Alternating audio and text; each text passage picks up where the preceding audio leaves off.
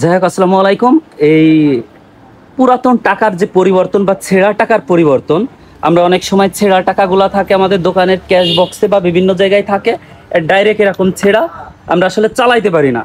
আর বাঘারপাড়ায় বিশেষ করে আমরা গ্রাম্য এলাকা, আমরা আসলে ছেঁড়া টাকা এক্সচেঞ্জ করার মতন সুযোগও পাই না, বা সেরকম ব্যাংক ব্যালেন্সেও আমরা যাইতে পারি না। তো এক ভাইকে দেখলাম যে ভাই এসে এই যে টাকা দিচ্ছে, আচ্ছা নতুন টাকা দিচ্ছে, প্লাস হচ্ছে ছেঁড়া টাকাগুলো নিচ্ছে। বা আপনার বাসা কোথায় ভাই? নড়াইল জেলা লোহাগড়া থানা।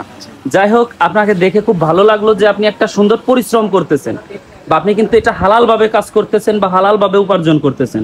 এই রোদ্দুরের মধ্যে যে দোকানে দোকানে যাচ্ছে। সুইট ভাই, আপনি কয় টাকা দিচ্ছেন ভাই? আমি দিছি ভাই 40 টাকা ভাই। 40 টাকা না? জি ভাই। যাক, ছেঁড়া টাকা দিছে 40 টাকা। আপনারা কত দিচ্ছে? আমাকে দিছে আছে ভাই 30 টাকা দিছে। 30 টাকা না? যাক, 40 টাকা দিয়ে আপনি হচ্ছে 30 টাকা দিচ্ছেন। ভাই কয় টাকায় বা আপনার লাভ হবে? তো এখানে টাকা তো 40 টাকা নিছে, 10 টাকা। আপনি এখানে ওই টাকাটা নিলে আর কয় টাকা পাবেন আপনি? ওখানে আমার 5 টাকা লাভ। 5 টাকা লাভ হবে। তার মানে বোঝেন ভাই যে 5 টাকা লাভের জন্য এই রোদ্রের মধ্যে সে ভাই কি পরিমাণ কষ্ট করতেছে।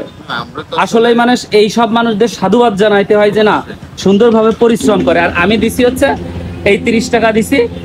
আমার 30 টাকা একদম ছেঁড়া, মানে এমন ভাবে কি বলবো, মানে বোঝানো যাবে না। এই টাকা কেউ নিবেও না ভাই। এই 30 টাকা নেন, বাম হাতে দিলাম। আর এই ভাই হচ্ছে আমাকে 20 টাকা দিচ্ছে। তা আমি সত্যি খুশি। প্লাস এই ভাইকেও সাধুবাদ জানাই, যেন যে কঠোর পরিশ্রম করতেছে বা পরিশ্রম করে দিন যাপন করতেছে, সত্যি খুব ভালো লাগে। নতুন টাকা। আর দেখেন যে আপনারা বলেন যে কাজ পান না, কি কাজ করব, তা কাজ করার ইচ্ছা থাকলে ঠিকই কিন্তু সুন্দর কাজের ব্যবস্থা করে নেওয়া যায়। ভাই নতুন টাকাগুলো একটু দেখি। এ দেখেন। হ্যাঁ, যাই হোক, ধন্যবাদ ভাই।